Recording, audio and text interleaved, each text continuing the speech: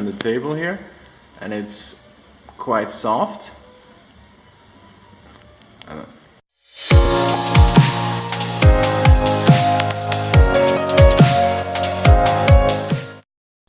Doing the wet mix here with some whole grains and just some white flour too, and some how do you call it?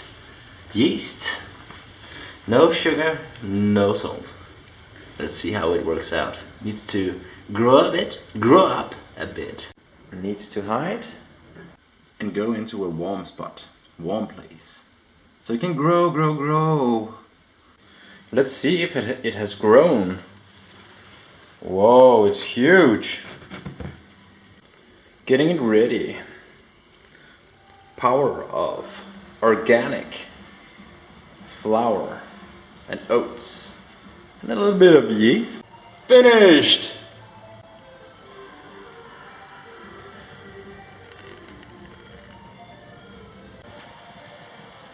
They're getting so huge. Enormous, growing. After 25 minutes in the oven on 195 degrees, they just slip off like that and are a bit crunchy, like hard shell. So it's pretty cool. What I do, I just take a thing, not a blanket, something like this, and just put it over. This way I think they will cool down without getting too dry. Now the next batch. So this is the result there. It's still warm, as you can see on the table here, and it's quite soft. I'll try to do the same afterwards. I can just put it here and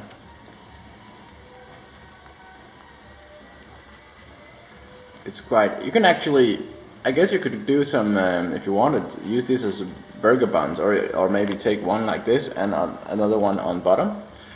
This is not so bad. This is good. I like it a lot. These are easy to make also. Hello. I'm gonna be eaten by plant sugar now. Yeah. It's, when they're really hot, it feels like you're eating a warm oatmeal. I was so long time I have bread. It's good without salt.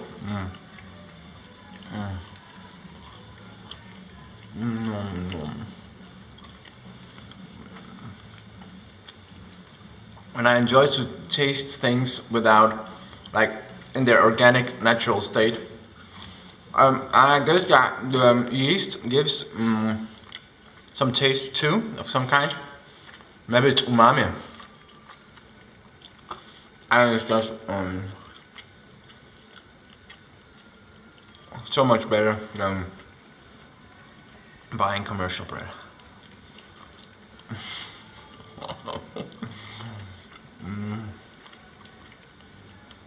But if you want, you can put a bit of salt in the dough.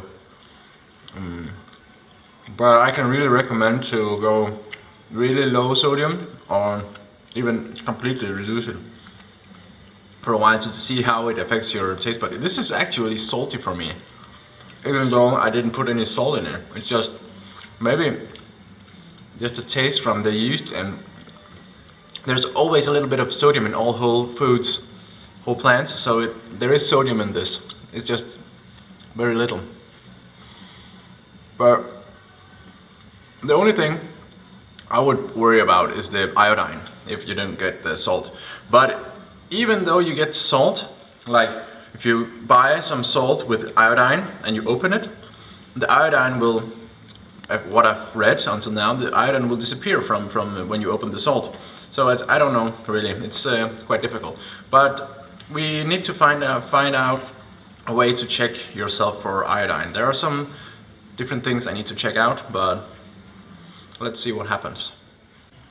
So these don't slip as well as the others, but I guess when they cool down they will slip. These have been like rising on the out here in the open for a longer time, for half an hour longer than the others, so maybe they just stuck it to it. And on the other one they came into the oven almost immediately, so that might be the difference. They will cool down on this as the others. Now they're cooled down. Let's see how it works. So this one was pretty easy to get off. Yeah, they slip off. They are not as easy to get off as the others, but you just need to pull them a bit. There's a bit of thing, but it's all good.